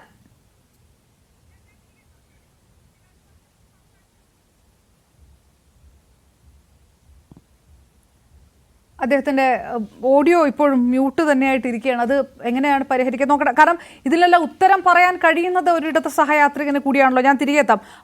ശ്രീ TJ ഉണ്ണി, കോടിക്കണക്കിന് രൂപയുടെ ഓർഡറുകൾ, ഇത് ഒരു കമ്പനി പോയ ഒരു വലിയ പ്രതിസന്ധിയിലേക്ക് 245 കോടി രൂപയുടെ സഞ്ചിത ബാധ്യത എന്ന് പറയുന്ന ഒരു വലിയ കണക്ക്. ഇങ്ങനെ ഒരു പൊതുമേഖലാ സ്ഥാപനം നശിക്കുന്നതിന് കാരണം എല്ലാ പൊതുമേഖലാ സ്ഥാപനങ്ങളിലൊക്കെ ഉള്ളതുപോലെ സമരമാണ് ഒരു വശത്ത് എന്നുള്ള ഒരാരോപണം ഒരു വശത്ത് നിൽക്കുന്നു. അതേസമയം ഈ കോടിക്കണക്കിന് രൂപയുടെ ഓർഡറുകളൊക്കെ ട്രാക്കോയെ തേടിയെത്തുമ്പോൾ മാനേജ്മെന്റ് ഈ ഓർഡറുകളൊന്നും എടുക്കുന്നില്ല എന്ന് ജീവനക്കാർ ആരോപിക്കുകയും ചെയ്യുന്നു. എന്താണ് ഉദ്ദേശിക്കുന്നത്? നേരത്തെ ജനപക്ഷം ബെന്നി പറയുന്നത് പോലെ ഇവരുദ്ദേശിക്കുന്നത് ഈ കമ്പനി തന്നെ പൂർണ്ണമായി ഇല്ലാതാക്കുക, ഇടനിലക്കാർക്ക് മറിച്ചു കൊടുക്കുക, അങ്ങനെയുള്ള എന്തെങ്കിലും കാരണമാണ്? ശ്രീ വിജു TJ. അതായത് ഞങ്ങൾ മനസ്സിലാക്കുന്നതനുസരിച്ച് കൊണ്ട് KSEB, അതായത് ഞങ്ങളുടെ പ്രധാന ക്ലയൻറ്റ് KSEB ആണ്. KSEBക്ക് എത്ര ഓർഡർ കിട്ടിയാലും തികയാത്ത ഒരു സ്ഥാപനമാണ്. കാരണം എന്താണെന്ന് വെച്ചിട്ടുണ്ടെങ്കിൽ അവർക്ക് അത്രത്തോളം റിക്വയർമെൻ്റ് ഉണ്ട്. കേബിളിൻ്റെ KSEBക്ക് വേണ്ട എല്ലാ കേബിൾസുകളും ഞങ്ങൾ മാനുഫാക്ചർ ചെയ്യുന്ന കമ്പനിയാണ് ട്രാക്കോ കേബിൾ. അപ്പോൾ അവർക്ക് വേണ്ട കേബിൾസിൻ്റെ 50% നേരത്തെ ഞങ്ങളുടെ ട്രാക്കോ കേബിളിൽ തരികയും ബാക്കി വരുന്ന 50% സ്മോൾ സ്കെയിൽ ഇൻഡസ്ട്രീസുകാർക്ക് കൊടുക്കുകയും ചെറുകിട സ്ഥാപനങ്ങൾ നിലനിൽക്കണമെന്ന്, അതേപോലെ തന്നെ പൊതുമേഖലാ സ്ഥാപനങ്ങൾ നിലനിൽക്കണമെന്നും പറഞ്ഞുകൊണ്ട് നേരത്തെ UDF ഗവൺമെൻറ്റിൻ്റെ സമയത്ത് ആര്യാടൻ സാറ് മന്ത്രിയായിരിക്കുമ്പോൾ ഉണ്ടാക്കിയ ഒരു ധാരണയായിരുന്നു. അതിൻ്റെ ഭാഗമായിട്ട് നമുക്ക് ട്രാക്കോ കേബിൾ നിരന്തരം ഓർഡർ കിട്ടിക്കൊണ്ടിരുന്നു. ആ ഓർഡർ എല്ലാം ഏകദേശം 2020 വരെ ഒരു വലിയ കുഴപ്പങ്ങളില്ലാതെ ഈ കമ്പനി പോയിക്കൊണ്ടിരുന്നത്. 2020-21 കാലഘട്ടത്തിൽ അത് കോവിഡ് കഴിഞ്ഞതിന് ശേഷം ട്രാക്കോ കേബിളിൽ അന്ന് വന്ന ഒരു പ്രസാദ് മാത്യു എന്ന് പറഞ്ഞ ഒരു MD, ആ MD വന്നതിന് ശേഷം തനിയൊരു രാഷ്ട്രീയക്കാരൻ്റെ റോളിലേക്ക് പുള്ളി അങ്ങ് മാറി. ആ രാഷ്ട്രീയക്കാരനോടുള്ള റോളിലേക്ക് മാറിക്കഴിഞ്ഞപ്പോൾ സംഭവിച്ചെന്നുണ്ടെങ്കിൽ ട്രാക്കോ കേബിളിലെ ഭരണകക്ഷി യൂണിയനിലെ നേതാക്കന്മാർ പറയുന്നത് മാത്രം പ്രവർത്തിക്കുക എന്നുള്ള നിലയിലേക്ക് ഈ പ്രസാദ് മാത്യു മാറി ചെയ്തതിന് ശേഷം കമ്പനിയിൽ പകപോക്കൽ രാഷ്ട്രീയത്തിലേക്ക് നീങ്ങി. ഇവിടെ ഇരുമ്പനത്ത് ജോലി ചെയ്യുന്ന ആളുകളെ പലപ്പോഴും ഈ ഭീഷണിപ്പെടുത്തുകയും ഇതൊക്കെ ചെയ്തു കഴിഞ്ഞ് കഴിയുമ്പോൾ അവരുടെ പരിധിയിലായില്ലെങ്കിൽ ഉടനെ തന്നെ മറ്റുള്ള യൂണിറ്റുകളിലേക്ക് ട്രാൻസ്ഫർ ചെയ്യുകയാണ്. ഞങ്ങളുടെയൊക്കെ ഒരു സഹപ്രവർത്തനമായിരുന്ന ഞങ്ങളുടെ കോൺഗ്രസിൻ്റെ ഒരു മുതിർന്ന ഒരു നേതാവ് ഞങ്ങളുടെ ഒപ്പം ഉണ്ടായിരുന്ന ആ ആളെ ഒരു കാരണമില്ലാതെ ഇരുമ്പനത്ത് വർക്ക് ചെയ്ത ആളെ നേരെ തലശ്ശേരി യൂണിറ്റിലേക്കാണ് ട്രാൻസ്ഫർ ചെയ്യുകയാണ്. അങ്ങൊരു ഇപ്പോൾ ഈ കഴിഞ്ഞ മാസം 2 മാസം മുമ്പ് റിട്ടയർഡ് ചെയ്തു. ഇങ്ങനെ ഒരു പകപോക്കൽ ഒരു ഭാഗത്ത് നടക്കുകയും പിന്നീട് മാനേജ്മെൻറ്റിൻ്റെ ഒരു ദൂർത്ത്, അവരുടെ ഒരു അച്ചടക്കമില്ലായ്മ, നമ്മൾ ഓർഡർ കിട്ടുമ്പോൾ ആ ഓർഡർ എങ്ങനെയാണ് നമ്മളത് പ്രൊഡ്യൂസ് ചെയ്യേണ്ടതെന്നും അതിൻ്റെ വരവ് ചെലവ് എന്തായിരിക്കണമെന്നും ഒരു നിശ്ചയവുമില്ലാതെ ഒരു പ്ലാനിങ്ങും ഇല്ലാതെ എടുക്കുന്ന ഓർഡറിൻ്റെ പ്രശ്നങ്ങൾ MDമാർ. അപ്പം ഞങ്ങൾ ഇതിൻ്റെ മിഡിൽ ലെവൽ മാനേജ്മെൻറ്റിൽ നിൽക്കുന്ന ആളുകളോട് സംസാരിക്കുമ്പോൾ അവർ പറയുന്നത് അത് ഓർഡർ എടുക്കാനായിട്ട് MD പറഞ്ഞു, അതുകൊണ്ട് ഞങ്ങൾ അങ്ങനെ ഓർഡർ എടുക്കുന്നു. അങ്ങനെ ഉണ്ടായിട്ടുള്ള പല പ്രതിസന്ധികൾ. അതിന് പുറമെ ഞങ്ങൾക്ക് വർക്കിംഗ് ക്യാപിറ്റൽ ഇല്ലാണ്ടായി കഴിഞ്ഞപ്പോൾ വർക്കിംഗ് ക്യാപിറ്റൽ കണ്ടെത്താൻ വേണ്ടിയിട്ട് പവർ ഫിനാൻസിൽ നിന്ന് ഞങ്ങളുടെ KSEBയുടെ ഓർഡറിന് അഗേൻസ്റ്റായിട്ട് നിന്ന് ഞങ്ങൾക്കൊരു 98 കോടി രൂപ ഇവിടെ ഞങ്ങൾ ലോൺ എടുത്തു. ഈ ലോൺ എടുത്തിട്ട് 100 കോടിയുടെ ഓർഡറിന് 98 കോടി രൂപ ലോൺ എടുക്കുകയാണ്. ആ 98 കോടിയിൽ വെറും 22 കോടി രൂപയുടെ ഓർഡറാണ് ഞങ്ങൾക്ക് ചെയ്യാൻ സാധിച്ചുള്ളൂ. അത് നമ്മൾ കൊടുത്തു കഴിഞ്ഞപ്പോഴേക്കും നമ്മുടെ കയ്യിലുള്ള കാശുകളെല്ലാം തീർന്നു. ഈ കാശ് എന്ത് ചെയ്തു എന്ന് നിരന്തരം ഞങ്ങൾ ഈ പറഞ്ഞ ഇപ്പോഴത്തെ MDയുടെയും അതിന് മുമ്പുണ്ടായ MDമാരുടെയും മുമ്പിൽ ഞങ്ങൾ ചോദിച്ചിട്ട് ഒരു തരത്തിലും അതിന് ഞങ്ങൾ പരിശോധിക്കാം എന്ന് പറഞ്ഞതല്ലാണ്ട് ഇന്ന് വരെ അതിനൊരു കണക്ക് തന്നിട്ടില്ല. എന്ന് മാത്രമല്ല ഈ വിഷയവും ഞങ്ങൾ നേരിട്ട് ഈ നമ്മുടെ P. രാജി മിനിസ്റ്ററുടെ അടുത്ത് പറഞ്ഞതാണ്. അപ്പോൾ മിനിസ്റ്റർ പറഞ്ഞ മറുപടിയാണ് അതിൽ രസം, വേണമെങ്കിൽ നമുക്ക് അന്വേഷിക്കാമെന്ന്. ഇങ്ങനത്തെ രീതിയിലായിരുന്നു അവിടെ നടന്നുകൊണ്ടിരുന്നത്. ഞങ്ങൾ ഈ നേരത്തെ ഉണ്ടായിരുന്ന ഈ പൊതുമേഖലകളെക്കുറിച്ചും കൊണ്ട് തൊഴിലാളികളെക്കുറിച്ചും കൊണ്ട് ഒരു കാഴ്ചപ്പാടുകളുണ്ടായിരുന്നു. അവിടെ ഉള്ള ആളുകൾ എന്തിനും സമരം ചെയ്യുന്നവരാണ്. അവർ പണി ചെയ്യലല്ല അവരുടെ ഉദ്ദേശം, അവർക്ക് സമരം ചെയ്താൽ മതി, അപ്പോൾ അവരങ്ങനെ കിടക്കട്ടെ എന്നുള്ള നിലയിൽ പൊതുസമൂഹത്തിന് അങ്ങനെ ഒരു കാഴ്ചപ്പാടുണ്ടായിരുന്നു. ഇന്ന് അങ്ങനത്തെ ഒരു കാഴ്ചപ്പാടിലല്ല പോകുന്നത്. ഞങ്ങൾ ഒരു കാരണവശാലും ഈ സ്ഥാപനത്തിന് ദോഷമുണ്ടാകുന്ന വിധത്തിൽ ഒരു സമരത്തിലേക്ക് ഞങ്ങൾ പോയിട്ടില്ല. ഞങ്ങൾ കമ്പനി തരുന്ന എത്തിച്ചു തരുന്ന റോ മെറ്റീരിയൽ ഇറക്കാനായിട്ട് അതിന് ഉത്തരവാദിത്തപ്പെട്ട ആളുകളില്ലെങ്കിൽ പോലും ഞങ്ങൾ ആ ലോഡ് ഇറക്കി ഞങ്ങൾ പ്രൊഡക്ഷൻ എടുത്ത് കയറ്റിവിടുന്ന അത്രത്തോളം സിൻസിയറായിട്ടുള്ള തൊഴിലാളികളാണ് ഈ കമ്പനിയിൽ വർക്ക് ചെയ്യുന്നത്. എന്നിട്ടും ഈ സ്ഥാപനം ഇതേപോലെ ആകുന്നു. എന്തുകൊണ്ട് എന്ന് തന്നെയാണ് ഞങ്ങൾ ചോദിച്ചുകൊണ്ടിരിക്കുന്നത്. മിനിസ്റ്ററോടും ചോദിച്ചത് തന്നെയാണ്. ഈ 98 കോടി രൂപ എടുത്തിട്ട് എവിടെ പോയി എന്ന് ചോദിച്ചതിൻ്റെ ഒരു 2 മാസം കഴിഞ്ഞപ്പോൾ കേൾക്കാം, അന്ന് അത് എല്ലാം ചെയ്തുകൊണ്ടിരുന്ന CFO ഈ കമ്പനിയിൽ നിന്ന് രാജിവെച്ച് പോയി. ഈ രാജിവെച്ച് പോയിട്ട് ആ രാജി ഞങ്ങൾ പറഞ്ഞു, ഇത് എന്താ സാറേ, ആ രാജി സ്വീകരിക്കല്ലേ, ആളെ നിയമ നടപടികൾക്ക് കൊണ്ടുവരുത്തണം, ഈ പൈസയുടെ കണക്കല്ലേ. അങ്ങനെ ചോദിച്ചിട്ട് പോലും ഒരു വിധത്തിലുള്ള മറുപടികളും മിനിസ്റ്ററിൻ്റെ ഭാഗത്തുനിന്നും ഞങ്ങൾക്ക് കിട്ടിയിട്ടില്ല, ഈ പറഞ്ഞ MDയുടെ ഭാഗത്തുനിന്നും കിട്ടിയിട്ടില്ല. ഈ പറഞ്ഞ ഞങ്ങളുടെ കമ്പനിയിൽ നിന്ന് ഇപ്പോൾ നിലവിൽ പിരിഞ്ഞു പോകുന്ന ഏതാണ്ട് 2021 ശേഷം പിരിഞ്ഞു പോയിട്ടുള്ള ആളുകൾക്ക് പെൻഷൻ പോലും കിട്ടുന്നില്ല. തുച്ഛമായ പെൻഷനാണ് 2021-22 റിട്ടയർഡ് ചെയ്ത ആളുകൾക്ക് കിട്ടുന്നത്. PF പെൻഷൻ എന്ന് പറഞ്ഞിട്ടുണ്ടെങ്കിൽ നമ്മുടെ ആളുകളെല്ലാം ധരിച്ചിരിക്കുന്നത് ഭയങ്കര പെൻഷനാണെന്ന്. 4000 രൂപയിൽ താഴെ PF പെൻഷൻ മാത്രമാണ് ഞങ്ങൾക്ക് കിട്ടുന്നത്. ഞങ്ങൾക്ക് ഈ ഹയർ ഓപ്ഷൻ എന്ന് പറയുന്ന ഒരു ഇതുണ്ട്. അതായത് നമ്മുടെ PF കോൺട്രിബ്യൂഷൻ്റെ ഭാഗമായിട്ടുള്ള ഇതിൻ്റെ പെൻഷൻ ഞങ്ങൾക്ക് കിട്ടണമെന്ന് സുപ്രീം കോടതിയുടെ ഓർഡർ വന്നു. അതുപോലും ഈ സർക്കാരിൻ്റെ കാലത്ത് അത് തടഞ്ഞു വയ്ക്കപ്പെട്ടു. ഇല്ലാത്തൊരു ഓർഡർ ഗവൺമെൻറ്റിനുണ്ട് എന്ന് പറഞ്ഞുകൊണ്ട് അത് മാനേജ്മെൻറ്റ് സീലിംഗ് നടപ്പിലാക്കി കഴിഞ്ഞപ്പോൾ എന്താണ് പറ്റിയെന്ന് വെച്ചിട്ടുണ്ടെങ്കിൽ ഞങ്ങളുടെ സാലറിയുടെ അത് ഞങ്ങൾ വാങ്ങുന്ന സാലറിയുടെ കോൺട്രിബ്യൂഷൻ മാനേജ്മെൻറ്റ് അടയ്ക്കേണ്ട 15,000 സീലിംഗ് ഉള്ളതിൻ്റെ കോൺട്രിബ്യൂഷൻ അടച്ചാൽ മതി. അതുകൊണ്ട് ഞങ്ങൾക്ക് ഹയർ ഓപ്ഷനും കിട്ടാത്തൊരു സാഹചര്യത്തിലേക്ക് വന്നു. ഇതുമൂലം ഈ PF അടയ്ക്കാത്തത് കൊണ്ടും PFലുള്ള ഈ പിരിഞ്ഞു പോയിട്ടുള്ള ആളുകൾക്ക് PFൻ്റെ ഒരു ആനുകൂല്യം കിട്ടുന്നില്ല എന്ന് മാത്രമല്ല, ഈ ഇന്നത്തെ കാലത്ത് ഒരു ചെറിയ അസുഖങ്ങൾക്കുള്ള ഗുളിക മേടിക്കാൻ പോലും തയ്ക്കില്ല. 14,000 രൂപ പെൻഷൻ ഉണ്ട്. അതുപോലും കിട്ടാത്ത സാഹചര്യത്തിൽ ഈ തൊഴിലാളികൾ ഇപ്പോൾ ഞാനിവിടെ ഈ ചർച്ചയിലിരിക്കുമ്പോൾ എന്നൊരു സുഹൃത്ത് വിളിച്ചു, ഞങ്ങളുടെ പിരിഞ്ഞ് റിട്ടയർഡ് ചെയ്തൊരു സുഹൃത്ത് വിളിച്ചിട്ട് പറഞ്ഞത് ഞങ്ങൾ ഏതാണ്ട് ഇപ്പോൾ ഈ ലെവലിലാണ് നിൽക്കുന്നത്. ഈ ലെവൽ എന്ന് പറഞ്ഞിട്ടുണ്ടെങ്കിൽ ഞാൻ അങ്ങനെ പറയുന്നത് ശരിയല്ല, അതുകൊണ്ടാണ് പറയുന്നത്. അപ്പോൾ അത്രത്തോളം മാനസിക പ്രയാസങ്ങളിൽ നിൽക്കുന്നു. സർക്കാർ വളരെ അടിയന്തരമായിട്ട് ഈ പ്രശ്നം ഗൗരവത്തിലെടുക്കുകയും വേണം. ഞങ്ങളായിട്ട് ഉണ്ടാക്കിയിട്ടുള്ള പ്രതിസന്ധി അല്ല. ട്രാക്കോ കേബിൾ ഈ സർക്കാർ വന്നതിന് ശേഷം അത് ആദ്യത്തെ ഒരു ടൈം കഴിഞ്ഞ് രണ്ടാമത്തെ ഘട്ടം 3 വർഷമായിട്ട് ഈ സർക്കാർ വന്നതിന് ശേഷം ഈ സ്ഥാപനത്തിന് അവർ പറയുന്നു അവർ സഹായിച്ചിട്ടുണ്ട് എന്ന് പറയുന്നതിലുള്ളൊരു കാര്യം കൂടി ഒന്ന് പറഞ്ഞേക്കാം. ഞങ്ങൾക്കിടെ കമ്പനിയിൽ കൊണ്ടുവന്ന് മിഷണറി പുതിയതൊക്കെ മേടിച്ചു വെച്ചിട്ടുണ്ട്. നമ്മുടെ മുന്നേ മന്ത്രിയായിരുന്ന മൊയ്തീൻ സാറും ഉണ്ടായിരുന്നു, അതിക്ക് മുമ്പ് EP ജയരാജൻ സാറും ഉണ്ടായിരുന്നു. ഇവരൊക്കെ സമയത്ത് പുതിയ മിഷണറികൾ മേടിച്ചു വെച്ചു. ആ മിഷണറി കോടികളുടെ മുടക്കിയുള്ള മിഷണറി മേടിച്ചു വെച്ചിട്ട് അതിൽ നിന്ന് 1 രൂപയുടെ പ്രൊഡക്ഷൻ പോലും ഈ കമ്പനിയിലെടുക്കാൻ സാധിച്ചിട്ടില്ല. എന്നിട്ടാണ് പറയുന്നത് സർക്കാർ ഞങ്ങളെ സഹായിച്ചിട്ടുണ്ട്. സർക്കാർ ഞങ്ങളെ സഹായിച്ചിട്ടുണ്ടെന്ന് പറയുന്നത് ഞങ്ങളോട് ഒരു കാര്യങ്ങൾ ചോദിക്കാതെ, നമ്മുടെ ഒരു സെക്കൻഡ് കൂടി മേഡം, ഞങ്ങളോടൊരു കാര്യത്തെക്കുറിച്ചുള്ള അഭിപ്രായങ്ങൾ ചോദിക്കാതെ മാനേജ്മെൻറ്റിൻ്റെ മാത്രം ഇഷ്ടത്തിനുള്ള പ്രപ്പോസൽ ഗവൺമെൻറ്റിൽ റിപ്പോർട്ട് വെച്ചിട്ട് അത് പാസ്സാക്കിയെടുത്ത് വരും. അവർ കൊണ്ടുവന്ന് ഓരോ മിഷണറികൾ ആവശ്യമുള്ളത് ആവശ്യമില്ലാത്തത് അവിടെ ഇവിടെ സ്ഥാപിച്ച് അത് അവിടെ ഒരു വിധത്തിലും ഒരു പ്രൊഡക്ഷൻ എടുക്കാൻ പോലും പറ്റാത്ത സ്ഥിതിയിലേക്ക് സ്ക്രാപ്പാക്കി മാറ്റിക്കൊണ്ടിരിക്കുകയാണ് ഇപ്പം നിലവിൽ ചെയ്യുന്നത്. ഞാൻ ഒറ്റ കാര്യം പറഞ്ഞുകൂടി അവസാനിപ്പിക്കാം. ഞങ്ങളുടെ പ്രശ്നങ്ങൾ, അതായത് ഒറ്റ കാര്യം പറഞ്ഞോളൂ അവസാനിപ്പിക്കും. ഞങ്ങളുടെ പ്രശ്നങ്ങൾ എന്ന് പറഞ്ഞിട്ടുണ്ടെങ്കിൽ ഞങ്ങൾക്ക് ഈ സ്ഥാപനം മുന്നോട്ട് കൊണ്ടുപോകാൻ പറ്റുമെങ്കിൽ കൊണ്ടുപോകണം. അല്ല എന്നുണ്ടെങ്കിൽ മിനിസ്റ്റർ ഞങ്ങൾക്ക് തന്ന ഉറപ്പ്, അതിൻ്റെ മിനിറ്റ്സ് ഉൾപ്പെടെ ഞങ്ങളുടെ കയ്യിലുണ്ട്. ആ ഉറപ്പ് പാലിക്കാൻ മിനിസ്റ്റർ തയ്യാറാവണം, സർക്കാർ തയ്യാറാവണം.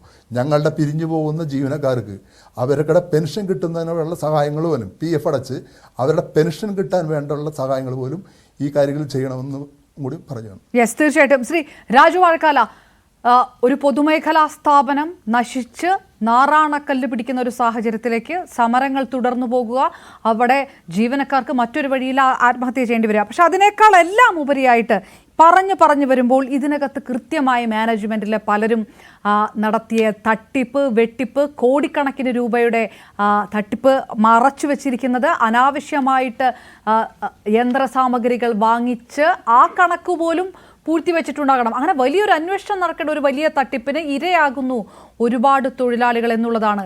ഇങ്ങനെയല്ല ഒരു അവസ്ഥ ഉണ്ടാകുമ്പോൾ ഇതൊന്നും സർക്കാരിന്റെ മുന്നിൽ എത്താതെ പോകുന്ന വിഷയമല്ല. ഇതെല്ലാം സർക്കാരിന്റെ മുന്നിലുണ്ട്. സർക്കാർ കണ്ണടച്ചിരുട്ടാക്കുന്നു. ആദ്യമായിട്ട് മരണപ്പെട്ട ഉണ്ണി ചേട്ടന്റെ കുടുംബത്തിലെ അഗാധ ദുഃഖത്തിൽ പങ്കുചേരുന്നു. ഇവിടെ ഈ ചർച്ചയിൽ വന്നിരിക്കുന്നത് ഇപ്പൊ മരണപ്പെട്ടപ്പോ തൊഴിലാളിയെ വലിയൊരു പുണ്യാഹന പോലേക്ക് അദ്ദേഹം മരണപ്പെട്ടു പോയി, അദ്ദേഹത്തിന്റെ കുടുംബത്തോട്. ഇവിടെ ഈ കമ്പനിയുമായി ബന്ധപ്പെട്ട് നമ്മൾ ഒരു കമ്പനിയിലെ സംഭവം ഇപ്പൊ ചർച്ച ചെയ്യുന്നത്. കേരളത്തിലെ പൊതുമേഖലാ സ്ഥാപനങ്ങളുടെ കണക്കെടുത്തു കഴിഞ്ഞാൽ 2011-16 കാലഘട്ടത്തിൽ ഉണ്ടായിരുന്ന എത്ര പൊതുമേഖലാ സ്ഥാപനങ്ങളായിരുന്നു ലാഭത്തിൽ പ്രവർത്തിച്ചുകൊണ്ടിരുന്നത്? വിരലെണ്ണാവുന്ന കമ്പനികളായിരുന്നു ലാഭത്തിൽ പ്രവർത്തിച്ചിരുന്നത്. അതിപ്പോ 2016 ശേഷം ഇപ്പൊ 8 വർഷത്തിന് ഇടയിൽ ഇന്നത്തെ കേരളത്തിലെ പൊതുമേഖലാ സ്ഥാപനങ്ങളിൽ എത്ര എണ്ണ ലാഭത്തിൽ പ്രവർത്തിക്കുന്നുണ്ട്? ഞാനൊരു ചെറിയൊരു വിവരാശ പ്രവർത്തകനാണ്, എന്റെ കയ്യിലും രേഖകളുണ്ട്. നമ്മുടെ തൊട്ടടുത്തുള്ള ആലുവയിലെ സിറ്റും അതുപോലെ വെച്ചുള്ള എത്രയോ കമ്പനികൾ ലാഭത്തിലേക്ക് കൊണ്ടുപോയി അത് നല്ല രീതിയിൽ മുന്നോട്ട് വന്നു. ഇപ്പൊ തൊഴിലാളികളുടെ എന്തെങ്കിലും വിഷയം വരുമ്പോൾ അവിടെ തൊഴിലാളി സമരം ചെയ്ത് തൊഴിലാളി സംഘടനയുള്ള നേതാക്കന്മാരെ കുറ്റം പറഞ്ഞുകൊണ്ട് അവർ അടച്ചാക്ഷേപിച്ചുകൊണ്ട് ഇപ്പൊ പറഞ്ഞത് ഇവിടെ ഒന്നും നടക്കുന്നില്ല എന്നുള്ളൊരു ആക്ഷേപമാണ് ഉന്നയിച്ചുകൊണ്ടിരിക്കുന്നത്. ഇത് തിരിച്ചു സംഭവിക്കുമ്പോ അത് തൊഴിലാളി നേതാക്കന്മാരെ കൊടിപിടുത്തവും ഇതൊക്കെ ഒരു പറയുന്നുണ്ടല്ലോ. ഇവിടെ ഈ പറയുന്ന ആൾക്കാരൊക്കെ സ്ഥാപനം നടത്തുന്നവരൊക്കെ സ്ഥാപനത്തിൽ തൊഴിലാളികൾക്ക് കൂലി കൊടുക്കുമ്പോൾ കൂലി കുറയുമ്പോൾ സ്വാഭാവികമായിട്ട് തൊഴിലാളികൾ സമരം ചെയ്യും. അത് കേരളത്തിലുള്ളതാണ്. കേരളത്തിലാണല്ലോ ഇന്ത്യയിലെ ഏറ്റവും കൂടുതൽ തൊഴിലാളികൾക്ക് കൂലി കൊടുക്കുന്ന സ്റ്റേറ്റ് കേരളമാണ്. ഇവിടെ ഒരു അന്യ സംസ്ഥാന തൊഴിലാളികൾക്ക് പോലെ 800 രൂപ ഹെൽപ്പർക്കും 1000 രൂപ വർക്കറും ഉണ്ട്. വർക്കർക്ക് കൂലി കൊടുക്കുന്നു. നമ്മൾ കേരളത്തിനെ വിട്ട് പുറത്തേക്ക് പോയി സ്റ്റേറ്റിലേക്ക് ചെന്ന അവിടുത്തെ കൂലി എത്ര നമുക്കറിയാം. ഇവിടെ കേരള സർക്കാരിനെ ഇവിടുത്തെ തൊഴിലാളികളെയൊക്കെ ചീത്ത പറഞ്ഞുകൊണ്ട് അന്യ സംസ്ഥാനത്ത് തൊഴിൽ സ്ഥാപനങ്ങൾ തുടങ്ങാൻ പോയവരുടെയൊക്കെ സ്ഥിതി എന്താണെന്ന് നമുക്കറിയാം. അവിടെ എന്തുകൊണ്ടാണ് അവർ ഇവിടുന്ന് വിട്ടുപോയത്? അവിടെ നമ്മുടെ തൊഴിലാളികൾ നന്നാക്കാൻ വേണ്ടിയൊന്നുമല്ല. അവിടെ 350-250 രൂപയ്ക്ക് തൊഴിലാളികൾക്ക് ജോലി ചെയ്യാൻ കിട്ടും. അപ്പൊ അവിടെ തൊഴിലാളികളുടെ വെൽഫെയറിന് വേണ്ടിയല്ല, മുതലാളിയുടെ ലാഭം വർദ്ധിപ്പിക്കാൻ വേണ്ടി തന്നെയാണ്. എന്തുകൊണ്ട് ഇവിടെ ഒരു കമ്പനി തുടങ്ങാത്തത്? ഇവിടെ ഈ പറഞ്ഞ പോലെ തൊഴിലാളികൾക്ക് കൂലി കുറഞ്ഞ സ്വാഭാവികമായിട്ടും തൊഴിലാളികൾ കൂലി കൂടുതൽ ചോദിക്കും. അത് ഓരോ വർഷം അവരുടെ എഗ്രിമെന്റും കാര്യങ്ങളൊക്കെ പരിപാലിച്ച് മുന്നോട്ട് കൊണ്ടുപോകണം. അവിടെ വരുമ്പോൾ തൊഴിലാളികൾ എന്താ പറയുക നേതാക്കന്മാരെ മോശക്കാരും അല്ലാത്തപ്പോൾ തൊഴിലാളികൾ നല്ലതായിട്ട് വരും. ഇപ്പോ നവീൻ ബാബുവിന്റെ മരണവുമായി ബന്ധപ്പെട്ട് നമുക്കറിയാം എന്തൊക്കെയാണ് ഇവിടെ കേരളത്തിൽ ഒരു മാധ്യമ രംഗത്തു നിന്നും ഉണ്ടായിക്കൊണ്ട് നമുക്ക് എല്ലാവർക്കും അറിയാം. അതുപോലെ തന്നെയാണ് ഇപ്പൊ 15 വർഷത്തിനായി നഷ്ടത്തിലാണ് കമ്പനി എടുക്കുന്നുണ്ട്. 250 കോടി രൂപ സഞ്ചിത നഷ്ടം. 10 മാസമായിട്ട് ശമ്പളമില്ല. ഇത്തരം കാര്യങ്ങളൊക്കെ ഉണ്ടായിട്ടും സംസ്ഥാന സർക്കാർ പാക്കേജ് വ്യവസായ വകുപ്പ് പ്രഖ്യാപിച്ചപ്പോൾ ആ എന്താ പറഞ്ഞ പാക്കേജിനെതിരെ കോടതിയിൽ പോയും അതിനെ അല്ല പാക്കേജിനെതിരെ അല്ല കോടതിയിൽ പോയതെന്നാണ്. അല്ല അങ്ങനെ ഒരു വെർഷനാണ്. ഇതൊരു ഭയങ്കര ജനറലൈസേഷൻ ആണ് ശ്രീ രാജു വാഴക്കല. ഭയങ്കര ജനറലൈസേഷൻ ആണ് നടത്തുന്നത്. അങ്ങനെ അങ്ങോട്ടും ഇങ്ങോട്ടും ഈ തർക്കങ്ങളല്ലാതെ അവിടെ ഇരിക്കുന്ന ഒരു മുഖ്യമന്ത്രിയെ ചിത്രം ഞാനും പറയും അല്ല ഇതിൽ സർക്കാരിനറിയാം, വ്യവസായ വകുപ്പിനറിയാം, വ്യവസായ മന്ത്രിക്ക് ഈ വിഷയങ്ങളെല്ലാം അറിയാമെന്നാണ് പറയുന്നത്. ഞാനത് പറഞ്ഞത് അവിടുത്തെ മാനേജ്മെന്റിന്റെ പിടിപ്പുകേട് തന്നെയാണ് അദ്ദേഹത്തിന് മരണത്തിലേക്ക് കൊണ്ടെത്തിച്ചത്. അപ്പൊ മാനേജ്മെന്റ് ആ ഫാക്ടറി നടത്തിക്കൊണ്ടുപോകാൻ പ്രാപ്തരല്ല എന്ന് തന്നെയാണ് ഇതിനു മുമ്പ് നമുക്ക് വകുപ്പിന് ഉത്തരവാദിത്വമില്ലേ? വകുപ്പിനില്ലേ ഉത്തരവാദിത്വം? മാനേജ്മെന്റിന് മാത്രമേ ഉള്ളൂ. മാനേജ്മെന്റ് ഈ തോന്നുംപടി പ്രവർത്തിക്കാൻ അനുവാദം കൊടുക്കുന്ന വകുപ്പിനില്ലേ ഉത്തരവാദിത്വം? അതുകൊണ്ടാണല്ലോ പാക്കേജ് എന്ന നിലയിൽ ഇവർ തൊഴിലാളി സംഘടന നേതാക്കന്മാരായിട്ട് ചർച്ച നടത്തിയെന്ന് പയ്യന്നീശ്വര നേതാവ് പറഞ്ഞിരിക്കുന്നത്. എന്തുകൊണ്ട് മറ്റ് തൊഴിലാളി സംഘടനകളുടെ നേതാക്കന്മാരെ വാദങ്ങളും അവരുടെ പ്രസ്താവനകളും മുന്നോട്ട് പറഞ്ഞു കേട്ടില്ല? എന്തുകൊണ്ടാണ് ഇങ്ങനെയുള്ള ഈ പാക്കേജിനെതിരായിട്ടോ അല്ലെങ്കിൽ ശമ്പളം കിട്ടാത്തതിനെതിരായിട്ടോ പോയിട്ടില്ല? ഇതിനോടനുബന്ധിച്ച് മറ്റൊരു വാദം കേട്ടിരുന്നത് ഇതിന് കുറച്ച് ഭൂമി എടുത്തുകൊണ്ട് ഇൻഫോ പാർക്കിലേക്ക് അതിന്റെ വികസനത്തിന് ഉപയോഗിച്ചുകൊണ്ട് ആ പണം ഉപയോഗിച്ച് ഈ കമ്പനിയെ നിരോധിക്കാനും അവരെ ശമ്പളം കൊടുക്കാനൊക്കെ ഒരു പാക്കേജ് മാധ്യമങ്ങളിലൂടെയൊക്കെ നമ്മൾ കേട്ടപ്പോൾ അറിവ് മാത്രമേ നമുക്കുള്ളൂ. നമ്മുടെ കമ്പനിയിൽ പോയി ചർച്ചകൾ പങ്കെടുത്തിട്ടില്ല. അപ്പൊ അങ്ങനെയും വാദങ്ങളുണ്ട്. ഇപ്പൊ യഥാർത്ഥ വസ്തുതകൾ എന്താണെന്ന് ഈ പറഞ്ഞ പോലെ മാനേജ്മെന്റും തൊഴിലാളി സംഘടനകളും വകുപ്പും എല്ലാവരും ഇന്ന് ചർച്ച ചെയ്ത് കൊണ്ടുവന്നാൽ മാത്രമേ നമുക്കറിയാം. നമ്മളിപ്പോ അങ്ങോട്ടും ഇങ്ങോട്ടും ഇപ്പൊ കേരളത്തിൽ ഒന്നും നടക്കുന്നില്ല എന്നുള്ള വാദം അപ്പുറത്തുള്ള ബെന്നി ജനപക്ഷവും MK ഹരിദാസൊക്കെ പറയുന്നുണ്ട്. ഇതൊക്കെ നമുക്ക് വേണമെങ്കിൽ ഇപ്പൊ ഞാൻ പറഞ്ഞ ചീത്ത പറഞ്ഞാൽ ഞാൻ പറയുന്നത് എനിക്ക് ഒരുപാട് ലഭിക്കുന്നിരിക്കും. നമ്മൾ പക്ഷെ കേരളത്തിൽ നടക്കുന്ന വസ്തുതകളായിട്ട് നോക്കി കാണണം. ഇവിടെ എല്ലാം നടക്കുന്നില്ല എന്നൊന്നും പറയരുത്. വ്യവസായ സ്ഥാപനങ്ങൾ, ചെറുകിട വ്യവസായ സ്ഥാപനങ്ങളും ഒരാൾ വെച്ച് തുടങ്ങുന്ന സ്ഥാപനങ്ങളും ഒക്കെ നടക്കുന്നുണ്ട്. പിന്നെ 60ഓളം സ്ഥാപനങ്ങൾ ഈ കഴിഞ്ഞ 8 വർഷത്തിനിടയിൽ വൻ ലാഭത്തിൽ ഇപ്പോൾ പ്രവർത്തിക്കേണ്ട കിടക്കുന്നത് എന്റെ അടുത്ത് വരിപ്പുണ്ട്. ഞാൻ വിവരാവകാശ നിയമപ്രകാരം ചെയ്തിരിക്കാനും വിട്ടിട്ടുണ്ട്. സംസ്ഥാന സർക്കാർ അതുകൊണ്ട് രണ്ട് ആത്മഹത്യ, ഒരു ആത്മഹത്യാ ശ്രമം, 15 മാസമായിട്ട് ശമ്പളമില്ലാത്തത്, ഈ വിഷയങ്ങളൊക്കെ ഇല്ലാതാവില്ലല്ലോ.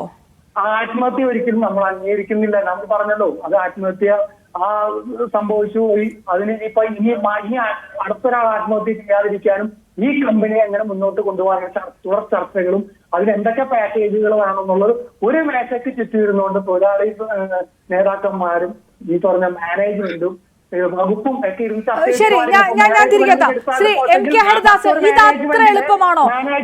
അതെ, ഈ തർക്കമൊന്നും വേണ്ട, എല്ലാവരും ഇരുന്ന് ചർച്ച ചെയ്ത് അന്വേഷണം നടത്തി അങ്ങനെ എളുപ്പമാണോ? ഇപ്പോ നേരത്തെ ശ്രീ TJ വിജു പറയുന്നതനുസരിച്ച് ഈ കമ്പനിയെ ഉയർത്തിക്കൊണ്ടുവരിക വളരെ ബുദ്ധിമുട്ടുള്ള ഒരു വിഷയം മാത്രമല്ല, ഇതിനകത്ത് കൃത്യമായിട്ടുള്ള തട്ടിപ്പും വെട്ടിപ്പും നടന്നിട്ടുണ്ട്. അത് ഉയർന്ന തലത്തിലാണ്. ഈ വിഷയങ്ങളൊക്കെ പരാതികളായി നേരത്തെ സർക്കാരിന് മുന്നിലെത്തിയിട്ടുണ്ട്. സർക്കാർ ഇത് ചെവി കൊണ്ടിട്ടില്ല. ഇനി എന്താണ് ചെയ്യുക? ഇനി ഇത് എവിടെ നിന്നാണ് ഇത് തിരിച്ചടക്കുക? ഒരു കാര്യം കൂടെ ഞാൻ പറയട്ടെ. ഇതിന്റെ പ്രൊഡക്റ്റുകൾ സ്വീകരിക്കുന്നത് ഇലക്ട്രിസിറ്റി ബോർഡാണ്. ഇലക്ട്രിസിറ്റി ബോർഡുകൾക്ക് ലഭിക്കുന്നില്ല എന്നാണ് ഇപ്പോൾ അവിടുത്തെ ഇതിന്റെ തൊഴിലാളി നേതാവ് പറഞ്ഞത്. മറ്റ് തൊഴിൽ സ്ഥാപനങ്ങളൊക്കെ കൂട്ടിപ്പോകുന്നത് എങ്ങനെയാണ്? അവരുടെ പ്രൊഡക്ഷനൊക്കെ ഓവർ പ്രൊഡക്ഷൻ, അതുപോലെ പ്രൊഡക്റ്റ് ചെയ്ത സാധനം വിൽപ്പന നടത്താതെ കെട്ടിക്കിടന്നൊക്കെയാണ് പല കമ്പനികളും കൂട്ടിപ്പോകുന്നത്. ഇവിടെ തിരിച്ചാണ്. ഇവിടെ ഉത്പാദിപ്പിക്കുന്നത് കമ്പോളത്തിൽ തയ്യാറ് വരുന്നു. അത് പൂർണ്ണമായി എടുക്കാൻ ഇലക്ട്രിസിറ്റി ബോർഡ് തയ്യാറാണെന്നും ഈ തൊഴിലാളി നേതാവും പറഞ്ഞു. പൊതുവെ അങ്ങനെ നമ്മൾ അവിടുത്തെ സംഭവങ്ങൾ നിരീക്ഷിക്കുന്നത് അത് മനസ്സിലാവില്ല. അപ്പൊ ഇവിടെ മാനേജ്മെന്റിന്റെ ഒരു കെടുകാഴ്ച കൃത്യമായിട്ട് ഈ കമ്പനി മുന്നോട്ട് കൊണ്ടുപോകുന്നതിൽ മാനേജ്മെന്റിന് തെറ്റുപറ്റിയിട്ടുണ്ട്. ആ മാനേജ്മെന്റിന് ശക്തമായ നടപടി വകുപ്പെടുക്കുകയും ഇപ്പോഴുള്ള മാനേജ്മെന്റിൽ ഇത് നടത്തിക്കൊണ്ടുപോകാൻ പ്രാപ്തരല്ല. ഈ പുതിയൊരു മാനേജ്മെന്റിന് വെക്കണമെന്ന് ഇപ്പൊ നമുക്കറിയാം. ശരി ശ്രീ രാജു വാഴക്കാല, അപ്പോഴും MD അറസ്റ്റ് ചെയ്യണമെന്ന് പറഞ്ഞാണ് പ്രതിഷേധം. എന്താണ് ആ വിഷയത്തിലൊക്കെ ആ തരത്തിലുള്ള ഒരു നിലപാടുമല്ല മന്ത്രിയുടെ ഭാഗത്തുനിന്നും ഉണ്ടായിരിക്കുന്നത്. തിരികെ വരാം, ഒരു ചെറിയ ഇടവേള അത്യാവശ്യമാണ്. രാജു 60 നടക്കണം എന്ന് പറഞ്ഞു. ലാഭത്തിൽ നടക്കുന്നത് കാണിച്ചു തന്ന പൊതുപ്രവർത്തനോ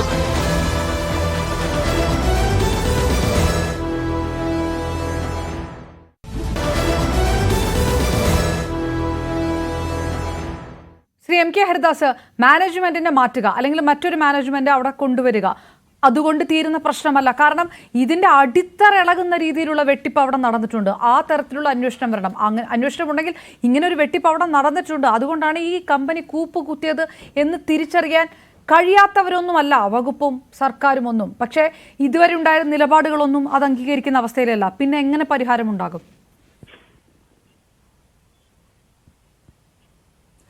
നോക്കൂ അപർണ, ഇവിടെ എനിക്ക് മുമ്പ് സംസാരിച്ചിട്ടുള്ള ശ്രീ രാജു വാഴക്കാല എന്ന് പറയുന്ന വ്യക്തി, നമ്മുടെ ഇപ്പോഴത്തെ ഈ പ്രശ്നം നമ്മൾ ഈ ഒരു വ്യക്തിക്ക് ആത്മഹത്യ ചെയ്യേണ്ട ഗതികേടിലേക്ക് ഒരു പൊതുമേഖലാ സ്ഥാപനത്തിന്റെ ശമ്പളം വിതരണം ചെയ്യുന്ന വിഷയം എത്തിയതാണ് ഈ വിഷയം. അല്ലാതെ കുറെ വിവരാവകാശ രേഖ എൻ്റെ കയ്യിലുണ്ട്, കുറെ അദ്ദേഹത്തിന്റെ കയ്യിലുണ്ടതുകൊണ്ട് ഈ പ്രശ്നം പരിഹരിക്കപ്പെടുന്നില്ല. മാനേജ്മെന്റിന്റെ പിടിപ്പുകേടാണ് എന്ന് അദ്ദേഹം 2-3 തവണ പറയുമ്പോൾ ഈ മാനേജ്മെന്റിനെ നിയന്ത്രിക്കുന്നത് ആരാണ് അപർണ? അത് സർക്കാരല്ലേ? ഒരു വ്യവസായ വകുപ്പിന്റെ കീഴിൽ പ്രവർത്തിക്കുന്ന ഒരു പൊതുമേഖലാ സ്ഥാപനത്തിനെ നിയന്ത്രിക്കുന്ന സർക്കാരിന് അവിടെ നടക്കുന്ന പിടിപ്പുകേടുകൾ കണ്ടെത്താൻ കഴിഞ്ഞിട്ട് അത് പരിഹരിക്കാനായിട്ടില്ലെങ്കിൽ അത് സർക്കാരിന്റെ പിടിപ്പുകേടായിട്ട് തന്നെ നമ്മളെപ്പോലുള്ളവർക്ക് പറയാൻ പറ്റുള്ളൂ.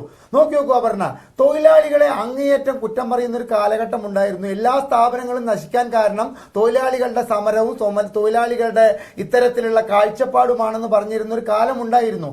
ഇരിക്കുന്ന കൊമ്പ് മുറിക്കുന്ന തൊഴിലാളി ചുമരുണ്ടെങ്കിലേ ചിത്രം എഴുതാൻ സാധിക്കൂ എന്നുള്ള ബോധം കൊണ്ട് ആ കാലമൊക്കെ മാറി.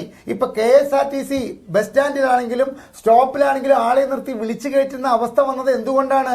സ്ഥാപനമുണ്ടെങ്കിലേ ഞങ്ങളുടെ ശമ്പളവും ഞങ്ങളുടെ ആനുകൂല്യങ്ങളും കൃത്യമായി കിട്ടൂ എന്നുള്ള ബോധം KSRTC ജീവനക്കാർക്ക് വന്നതുപോലെ തന്നെ എല്ലാ പൊതുമേഖലാ സ്ഥാപനങ്ങളിലെ ജീവനക്കാർക്കും മനസ്സിലായിട്ടുണ്ട്. അനാവശ്യ സമരങ്ങളും അനാവശ്യ ഡിമാൻഡുകളും സ്ഥാപനത്തെ നശിപ്പിച്ചാൽ ഞങ്ങളുടെ കുടുംബം അനാഥമായി പോകും എന്നുള്ള ബോധം എല്ലാ തൊഴിലാളികളിലും വന്നിട്ടുള്ള ഒരു കാലഘട്ടമാണ്. തൊഴിലാളികൾ പൂർണ്ണമായിട്ടും എല്ലാ പൊതുമേഖലാ സ്ഥാപനങ്ങളിലെ തൊഴിലാളികളും നല്ലവരാണ്. അവർ ട്രേഡ് യൂണിയനുകൾ പ്രവർത്തിക്കുന്ന നല്ല നിലയ്ക്കാണെന്നൊന്നുമല്ല പറയുന്നത്. പക്ഷെ ട്രേഡ് യൂണിയനുകൾ പറയുന്നത് പൂർണ്ണമായി അനുസരിക്കാൻ തയ്യാറാകാത്ത ഒരു തൊഴിലാളികളുടെ മാനസികാവസ്ഥ രൂപം കൊണ്ടിട്ടുള്ള നാടായിട്ട് കേരളം മാറിക്കൊണ്ടിരിക്കുകയാണ്. കാരണം ട്രേഡ് യൂണിയൻകാർക്ക് എന്താ, സ്ഥാപനം പൂട്ടിയാലും ഒന്നുമില്ല, ഞങ്ങളുടെ പിടിവാശി ജയിക്കണം. വരവേൽപ്പ് സിനിമയിലെ മുരളിയുടെ കഥാപാത്രം അവതരിപ്പിച്ച പോലെ കുറെ ട്രേഡ് യൂണിയൻ നേതാക്കൾ കേരളത്തിൽ ഉണ്ടായിരുന്നു. പക്ഷെ അവരെ അനുസരിക്കാൻ പൂർണ്ണമായിട്ടും ഇന്ന് തൊഴിലാളികൾ തയ്യാറായിട്ടില്ല എന്ന് മനസ്സിലാക്കുന്നിടത്ത് നിന്ന് നമ്മൾ മനസ്സിലാക്കണം, ഇവിടെ നടന്നിട്ടുള്ള ഈ ആത്മഹത്യക്ക് ഉത്തരവാദി തീർച്ചയായിട്ടും മാനേജ്മെന്റ് ആണെങ്കിൽ ആ മാനേജ്മെന്റിനെ നിയന്ത്രിക്കുന്ന സർക്കാർ ഈ ഒരു ആത്മഹത്യ ഒഴിവാക്കാൻ വേണ്ടത് എന്ത് ചെയ്തു എന്ന ചോദ്യത്തിന് മനസ്സിലാക്കേണ്ടത് ഒന്നും ചെയ്തിട്ടില്ല എന്നുള്ളതാണ്. അതുകൊണ്ടാണ് ഞാൻ നേരത്തെ പറഞ്ഞ് അവസാനിപ്പിക്കും മുമ്പ് അപർണ ഇടപെട്ടപ്പോൾ നിർത്തേണ്ടി വന്നത്. ഇനിയും ഒരു തൊഴിലാളി അവിടെ ആത്മഹത്യക്ക് ശ്രമിക്കുകയോ ആത്മഹത്യ ചെയ്യാൻ തയ്യാറാവുകയോ ചെയ്യാത്ത അവസ്ഥയിലേക്ക് കൊണ്ടുചെന്ന് എത്തിക്കാനുള്ള ഉത്തരവാദിത്വം മറ്റാർക്കുമല്ല, അത് സർക്കാരിനാണ്. സർക്കാരിന്റെ കീഴിലെ വ്യവസായ വകുപ്പിനാണ്, ഇപ്പോഴത്തെ വ്യവസായ വകുപ്പ് മന്ത്രിക്കാണ്. അത് ശ്രദ്ധിക്കണമെന്നാണ് ഞങ്ങളെപ്പോലുള്ള അതിനൊപ്പം നേരത്തെ ശ്രീ വിജു പറഞ്ഞത് അനുസരിച്ചിട്ടാണെങ്കിൽ ഒരുപാട് യന്ത്ര സാമഗ്രികൾ എടുത്തിട്ടുണ്ട്. അതിൽ ഒരു പ്രൊഡക്ഷനൊന്നും ഉണ്ടാവുന്നില്ല, സ്ക്രാപ്പ് മാത്രമായിട്ട് കിടക്കുന്നു. അത് എടുത്തതടക്കം ഇത് ആര് ഈ പണം വന്ന വഴിയടക്കം അത് ഇത് മുകളിലേക്ക് അറിയിക്കാതെ നടക്കുന്ന കാര്യങ്ങളല്ലല്ലോ. അപ്പോൾ ഒരുപക്ഷെ വലിയ തട്ടിപ്പുകളൊക്കെ ഇങ്ങനെ ഒരു പൊതുമേഖലാ സ്ഥാപനത്തെ ഇത്രയും വലിയ ബാധ്യതയിലേക്ക് എത്തിച്ചതിന് പിറകിൽ പോലും ഒരു വലിയ അന്വേഷണം നടക്കേണ്ടതായിട്ടുണ്ട്. അത് ഈ ഒരു തൊഴിലാളി കൂട്ടം വിചാരിക്കുന്നതിന് അപ്പുറത്തേക്കുള്ള ഒരു അന്വേഷണമൊക്കെ അതിനകത്ത് വേണ്ടി വരും. പക്ഷെ ആ അന്വേഷണം വേണമെന്നുണ്ടെങ്കിൽ ആ നിലപാട് അത് എടുക്കേണ്ടത് സർക്കാരാണ്. അത് എടുക്കും എന്ന് ഇന്നത്തെ പ്രതികരണം കേട്ടിട്ട് തോന്നുന്നുമില്ല. എനിക്ക് തോന്നുന്നില്ല. അതിനോടൊപ്പം എനിക്ക് പറയാനുള്ളത്, ഈ ചർച്ച ഒരു പോസിറ്റീവ് ആക്കി കൊണ്ടുപോകാൻ രണ്ട് കാര്യങ്ങൾ ശ്രദ്ധിച്ചു കേൾക്കണം.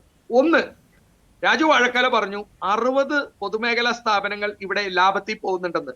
ഞാൻ വെല്ലുവിളിക്കുന്നു, അവിടെ സാധനങ്ങൾ പർച്ചേസ് ചെയ്തതിൽ, കമ്പനി കൺസ്ട്രക്ഷൻ നടക്കുന്നതിൽ അഴിമതി നടത്തി ലാഭങ്ങൾ കുറച്ച് കമ്മീഷൻ അടിച്ചിട്ടില്ലെന്ന് പറഞ്ഞാൽ ഞാൻ എന്റെ പൊതുപ്രവർത്തനം അവസാനിപ്പിക്കാം. രണ്ടാമത്, കേരളത്തിലെ പൊതുമേഖലാ സ്ഥാപനങ്ങൾ, ഞാൻ പറഞ്ഞു കഴിഞ്ഞിട്ട് പറഞ്ഞോ ചങ്ങാതി, കേരളത്തിലെ പൊതുമേഖലാ സ്ഥാപനങ്ങൾ നന്നായി പോവാൻ ഒറ്റ കാര്യം ചെയ്യണം. ഇത് ചൈനയും അമേരിക്കയായിട്ടുള്ള യുദ്ധമൊന്നുമല്ല.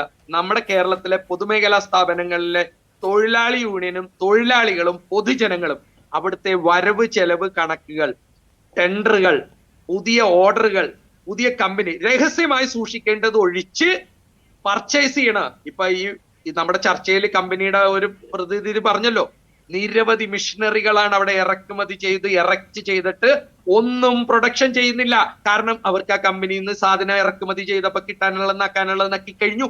അപ്പൊ ഞാൻ പറയുന്നത്, കേരളത്തിലെ പൊതുമേഖലാ സ്ഥാപനങ്ങളെല്ലാം തന്നെ ഒരു പൊതു ഓഡിറ്റിങ്ങിനും അറ്റ്ലീസ്റ്റ് തൊഴിലാളികളും കൂടി അറിഞ്ഞുകൊണ്ട് ഒരു ഓപ്പൺ വെബ്സൈറ്റ് സുതാര്യത കൊണ്ടുവന്നാൽ ഇത് നടക്കും. അല്ലെങ്കിൽ രാഷ്ട്രീയ നേതാവും ട്രേഡ് യൂണിയനും നന്നാവും, ഇനിയും നിരവധി പേർ മരിക്കും. തീർച്ചയായും പ്രതിസന്ധിയിലുള്ള ഒരു വലിയ ഒരു തൊഴിലാളി കൂട്ടം, അതിൻ്റെ കൂടി പ്രതിനിധിയായിട്ട് കൂടിയാണ് വിജു ഇവിടെ ഇരിക്കുന്നത്. അതിൽ ഒരാളായിരുന്നു ആത്മഹത്യ ചെയ്ത ഉണ്ണി. ഇങ്ങനെ ആത്മഹത്യ ചെയ്യാൻ നിർബന്ധിതമാകുന്ന ഉണ്ണിമാരുണ്ടാകരുത് എന്നാണ് ഞങ്ങൾ അഭ്യർത്ഥിക്കുന്നതെന്ന് തൊഴിലാളികൾ പറയുന്നു. മാനേജ്മെന്റിനെതിരെ നടപടിയെടുക്കണമെന്ന് ആവശ്യപ്പെടുന്നു. പക്ഷേ അപ്പോഴും ഈ ആത്മഹത്യയുടെ കാരണം അറിയില്ല എന്ന് അന്വേഷിക്കാം എന്ന് സാവധാനത്തിൽ പറയുന്ന വകുപ്പും മന്ത്രിയുമൊക്കെ ഭയപ്പെടുത്തുകയാണ്. എങ്ങനെയാണ് വേലി തന്നെ വിളവ് തിന്നുന്ന കാലത്ത് ഒരു പരിഹാരം ഉണ്ടാക്കുക എന്ന് അറിയില്ല. ഏതായാലും വളരെയധികം നന്ദി ശ്രീ വിജു, ഒപ്പം ശ്രീ എം കെ ഹരിദാസ്, ശ്രീ ബെന്നി ജനപക്ഷം, ശ്രീ രാജു വാഴക്കാല ഈ ചർച്ചയ്ക്കൊപ്പം ചേർന്നതിന്. നമസ്കാരം.